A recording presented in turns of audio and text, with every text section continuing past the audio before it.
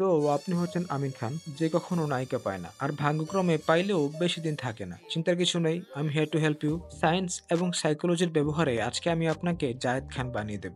আমি কোথাও গেলে বিয়েতে কোনো অনুষ্ঠানে গেলেই আমি মেয়েদের মধ্যমণি হই। আর আপনি যদি ভিডিও শেষ না করে চলে যাওয়ার কথা ভাবেন, তবে প্লিজ যাওয়ার আগে আপনার প্রেমিক পুরুষ হয়ে ওঠার গল্প কমেন্টে বলে যাবেন। So let's begin the show. Lesson 1, the scarcity principle. Psychologist doctor Robert Cialdini তার বই লিখেন, কোনো জিনিস যখন কম পাওয়া যায় তখন সেটা মানুষের কাছে আরো বেশি মূল্যবান হয়ে ওঠে। আমরা এই ফর্মুলাটা মার্কেটিং এ প্রায়ই দেখে থাকি, আর এই কারণে দেখবেন বিলিয়নাররা 1800 সালের পুরনো ধীরগতির বিরক্তিকর কিন্তু ওয়ান অফ ওয়ান গাড়ি কিনতে পছন্দ করে, কারণ এগুলো অ্যান্টিক, এগুলো লিমিটেড আর সুপার ফাস্ট স্টাইলিশ যেগুলো উৎপাদনে আছে, এবং গাড়ি এড়িয়ে যান কারণ এগুলো চাইলেই কিনা যাবে। আরেকটা কথার খুব প্রচলন আছে যে সুন্দর বা ভালো ছেলেরা মেয়ে পায় না, এবং বেশিরভাগ ক্ষেত্রে এটা সত্যিও।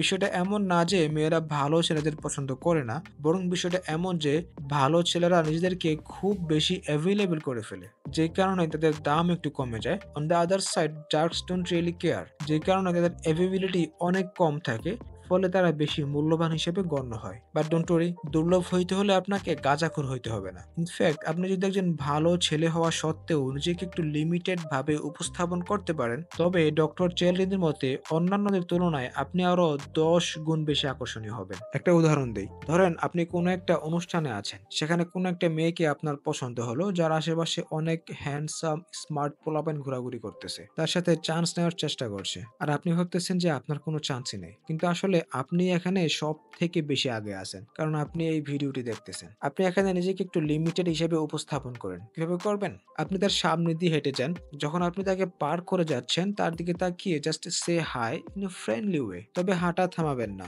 আর তাকে পাশ কাটিয়ে গিয়ে অন্য কারোর সাথে কথা বলেন। আর সে যদি মেয়ে হয় তবে তো সোনায় সোহাগা। জাস্ট হাই বলে চলে যাওয়া আর কিছু না করা বোঝায় আপনি লিমিটেড এডিশনের মাল। আপনি তার আশেপাশে ছেলেদের মতো সহজলভ্য না। আপনি এমন একজন যেটা হাতছাড়া হলে চিরতরে হারিয়ে যাবে। আপনি এমন একজন যাকে পেতে হলে তাকে নিজেকে আপনার জন্য অ্যাভেলেবল করতে হবে। আর রাতে সে যখন বিছানায় ঘুমোতে যাবে, যে ছেলেগুলা তার জন্য অ্যাভেলেবল ছিল সে তাদের থেকে বেশি আপনাকে নিয়ে ভাববে, কারণ আপনি একমাত্র ছেলে যে ইন এ ওয়ে তাকে ইগনোর করে গেছেন, তার ইগো হার্ট করাইছেন। Lesson 2, gain loss theory. Scarcity প্রিন্সিপালের উপর ভিত্তি করে গেইন লস থিওরি আমাদের আরো ভালোভাবে ব্যাখ্যা করে কেন ভালো ছেলেরা প্রায়ই পিছিয়ে থাকে। এই তত্ত্ব বলে মানুষজন সম্পূর্ণ ইতিবাচক মানুষদের অনেক পছন্দ করে, কিন্তু তারা এমন মানুষদের আরো বেশি পছন্দ করে যারা শুরুতে নেতিবাচক থাকে, পরে ইতিবাচক হয়ে ওঠে।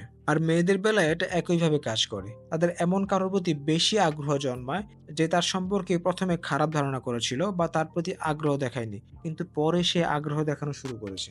এই তত্ত্ব আসলে কেন কাজ করে? কারণ মানুষের মন এমনভাবে কাজ করে যে যারা শুরুতে আমাদের সম্পর্কে নেতিবাচক ভাব রাখে, তাদের মন জয় করা আমাদের কাছে অনেক বড় বিজয়ের মতো মনে হয়। আর যারা প্রথম দেখাতেই আমাদেরকে পছন্দ করে ফেলে, তাদের মন জয় করায় তেমন কোনো আনন্দ থাকে না। এখন প্রশ্ন হলো, এটা বাস্তবে কিভাবে কাজে লাগানো যায়? যেমনটা একটু আগে বলছিলাম, আপনি তাকে হাই বলে চলে গেলেন, অথবা একটা কুল ভাইব নিয়ে থাকলেন, খুব বেশি আগ্রহ দেখালেন না। সো তার কাছে আপনি এখন এমন একজন যে তাকে খুব একটা পছন্দ করে না। এই কাজটা যদি আপনি আরেকটু লম্বা সময় ধরে করতে পারেন, তবে আপনি তার কাছে এমন একজন হয়ে উঠবেন যে তাকে খুব একটা পছন্দ করে না। এখন যদি সে আপনার মন জয় করতে পারে, তবে তার মনে অনেক বেশি আনন্দিত হবে অন্য সময়ের তুলনায়, যখন কোনো ছেলে তাকে দেখেই পছন্দ করে ফেলে। তবে একটা জিনিস মনে রাখতে হবে, মেয়েটিকে বুঝতে দিতে হবে যে আপনি তার সম্পর্কে খুব একটা আগ্রহী নন। তবে এটা এমনভাবে করতে হবে যাতে সে আপনাকে একেবারে ডিলিট করে না দেয়। মানে রুড হওয়া যাবে না। এটা খুবই সাবলীলভাবে করতে হবে। একটা সহজ উপায় হলো হালকা ঠান্ডা টোনে কথা বলা, বা হাসি মুখে তার সাথে সামান্য ইন্টারাকশন করা এবং তারপর অন্য কোথাও ব্যস্ত হয়ে যাওয়া, তাকে অ্যাটেনশন না দেওয়া।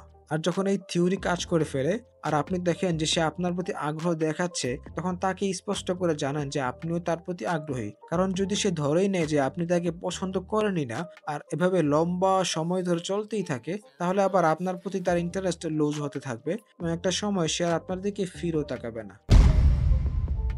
Lesson 3, proximity. লেসন 1 এ আমি বলেছিলাম যে আপনাকে দুর্লভ বা স্কার্স হতে হবে। তবে এখানে একটা ব্যাপার খুবই গুরুত্বপূর্ণ। আপনাকে অ্যাটেনটিভ হতে দুর্লভ হতে হবে, কিন্তু প্রক্সিমিটি বা উপস্থিতির দিক থেকে নয়। অর্থাৎ আপনি তাকে খুব বেশি অ্যাটেনশন দিতে পারবেন না, তবে আপনাকে সেখানে উপস্থিত থাকতে হবে, তার কাছাকাছি থাকতে হবে। এটা গবেষণায় দেখা গেছে বন্ধুত্বের গঠন অনেকটাই নির্ভর করে মানুষের শারীরিক অবস্থানের নিকটতার উপর। এমআইটি এর এক স্টাডিতে ৩০০ জন বাসিন্দাদের কাছ থেকে তাদের সবচেয়ে ঘনিষ্ঠ বন্ধুদের নাম চাওয়া হয়। এরপর দেখা যায় যারা পাশের ঘরে থাকে তাদের ৪১% সম্ভাবনা আছে যে তারা ঘনিষ্ঠ বন্ধু হবে। কিন্তু দূরত্ব যত বাড়তে থাকে এই সম্ভাবনা তত কমে যায়। যারা মাত্র ৪ বারে দূরত্বে থাকে তাদের ক্ষেত্রে এই সম্ভাবনা মাত্র 10%। সো আপনার পছন্দের মেয়েটির মনে জায়গা করে নিতে হলে আপনাকে তার কাছাকাছি থাকতে হবে। তবে মনে রাখবেন, প্রক্সিমিটি মানে শুধু এক জায়গায় থাকা নয়, বরং ফ্রিকোয়েন্সি বা ঘন ঘন উপস্থিতিও সমান গুরুত্বপূর্ণ।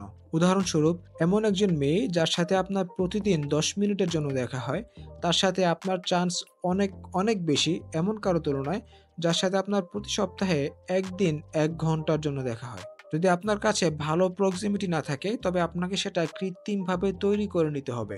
সে যে ক্লাস বা ক্লাবে আছে সেগুলোতে যোগ দিতে পারেন। সে যেখানে কাজ করে সেখানে বন্ধু বানান, তারপর তাদের সাথে আড্ডা দিতে চলে যান। তার সাধারণ অ্যাক্টিভিটির সাথে আপনার অ্যাক্টিভিটি মেলানোর চেষ্টা করেন। বাট এই পুরো প্রক্রিয়ায় খুবই সাবলীল হতে হবে। There's a fine line in trying to create proximity and stalking. Do not cross that line. Ever কখনোই জোর করে নিজেকে তার জীবনে ঢুকানোর চেষ্টা করবেন না। তার জন্য কখনোই এমন মনে না হয় যে আপনি তাকে স্টকিং করছেন। আর যদি এমনটা মনে হয় তাহলে যে কোনো দিন আপনি রাস্তাঘাটে তার হাতে মার খেয়ে বসবেন। তো ধরে নিলাম আপনি প্রক্সিমিটি তৈরি করেছেন, তাকে প্রভাবিত করতেও সক্ষম হয়েছেন। এখন কিভাবে তার ইতিবাচক অনুভূতিগুলো ধরে রাখবেন, এটাই পরবর্তী লেসনের focus. Lesson 4, the Ben Franklin effect. Benjamin Franklin কিভাবে সবার প্রিয় হয়ে উঠেছিলেন জানেন? তিনি সবার কাছে প্রচুর ফেভার চাইতেন। অবাক হচ্ছেন তাই না? ভাবছেন মানুষের কাছে ফেভার চাইলে তো তারা আরো বিরক্ত হয়। কিন্তু বাস্তবে এটি পুরোপুরি উল্টো যদি আপনি এই ফর্মুলাটা সঠিকভাবে কাজে লাগাতে পারেন। ১৯৭১ সালে ইউনিভার্সিটি অফ নর্থ ক্যারোলাইনায় এই বিষয়ে একটি গবেষণা করা হয়েছিল। গবেষণা থেকে এটা বোঝা যায় যে যখন আমরা কারোর জন্য ভালো কিছু করি বা আমাদের সাহায্যে তাদের জীবনে ভালো কিছু ঘটে, তখন আমরা অজান্তেই তাদের প্রতি এক ধরনের ইতিবাচক অনুভূতি তৈরি করি। আপনি এটাকেও আপনার প্রেমের ক্ষেত্রে কাজে লাগাতে পারেন। আপনার পছন্দের মেয়েটিকে আপনাকে সাহায্য করার সুযোগ দিন। তার কাছে ছোট ছোট ফেভার চাইতে থাকেন। তাকে কয়টা বাজে জিজ্ঞেস করতে পারেন। পেন্সিল বা যেকোনো কিছু তার সাইডে নিচে ফেলে দিন আর তাকে সেটা তুলে দিতে অনুরোধ করুন। এমন কোনো কাজ খুঁজে বের করেন যেটা সে পছন্দ করে এবং আপনিও একই কাজ করা শুরু করেন, অ্যান্ড দেন তার কাছে ফেভার চান আপনাকে কাজটা সম্পূর্ণ করতে হেল্প করার জন্য। এই ছোট ছোট বিষয়গুলো তার কাছে আপনাকে আরো বেশি লাইকেবল করে তুলবে। তবে মনে রাখবেন, অনুরোধগুলো যেন কখনোই বেশি বড় বা বিরক্তকর না হয়, এবং একই ফেভার বারবার চাওয়া থেকেও বিরত থাকবেন। আপনাকে এখানে ক্রিয়েটিভ হতে হবে। ছোট তুচ্ছ জিনিসগুলো এখানে সবচেয়ে কার্যকর। তবে কোনোভাবেই তাকে বিরক্ত করা যাবে না। এত কিছু শিখলেন, কিন্তু এখন একটা কথা ভুলে গেলে বাকি সব বৃথা। এই ভিডিওর সবচেয়ে গুরুত্বপূর্ণ বিষয়টি আসছে পরের লেসনে। এই লেসনটা ভালোভাবে মানলে বাকি সবকিছু আপনার জন্য আরো খুব সহজ হয়ে যাবে। লেসন 5, দ্য কামলা মুড ইফেক্ট। আপনি হয়তো ভাবছেন যে আকর্ষণীয় হওয়া সম্পূর্ণ জেনেটিক ব্যাপার। আপনাকে ফর্সা হতে হবে, লম্বা হতে হবে, আরো কত কি। কিন্তু তা মোটেও সত্যি নয়। ১৯৯৭ সালে মরিনিয়ান এবং ব্লাম একটি গবেষণায় দেখেছিলেন যে আকর্ষণীয় হওয়ার জন্য জেনেটিক বৈশিষ্ট্যের চেয়ে আরও গুরুত্বপূর্ণ কিছু জিনিস রয়েছে। গবেষণায় ১১৭ জন পুরুষ এবং নারী করা শিক্ষার্থীকে বিপরীত লিঙ্গের ৭৬টি ছবি দেখানো হয়। তাদের ছবি দেখে তাদেরকে অ্যাট্রাকটিভনেস এবং ইমোশনাল রেসপন্সের ভিত্তিতে র্যাঙ্ক করতে বলা হয়। আর এই রিসার্চের ফলাফল হলো শুধুমাত্র জেনেটিকভাবে আকর্ষণীয় হওয়া যায় না। আপনি কতটা হ্যান্ডসাম এবং আকর্ষণীয় এটা ডিপেন্ড করে আপনার বডি পোশ্চারের উপর, আপনার পরিষ্কার পরিচ্ছন্নতা, মানানসই পোশাক, পজিটিভ দৃষ্টিভঙ্গি এবং হেলদি ওয়েটের উপর। Let me repeat that. The most attractive features are not genetic. If you put a little effort in exercise regularly, keep your chin up, shoulders back, shower daily, wear good clothes, and put a smile on your face, that should be enough to position yourself as an attractive man. আক্ষরিক অর্থে যদি আপনি নিজের শরীর আর উপস্থিতির উপর একটু যত্নবান হন, তাহলে আপনার আকর্ষণীয়তা বহুগুণ বেড়ে যাবে।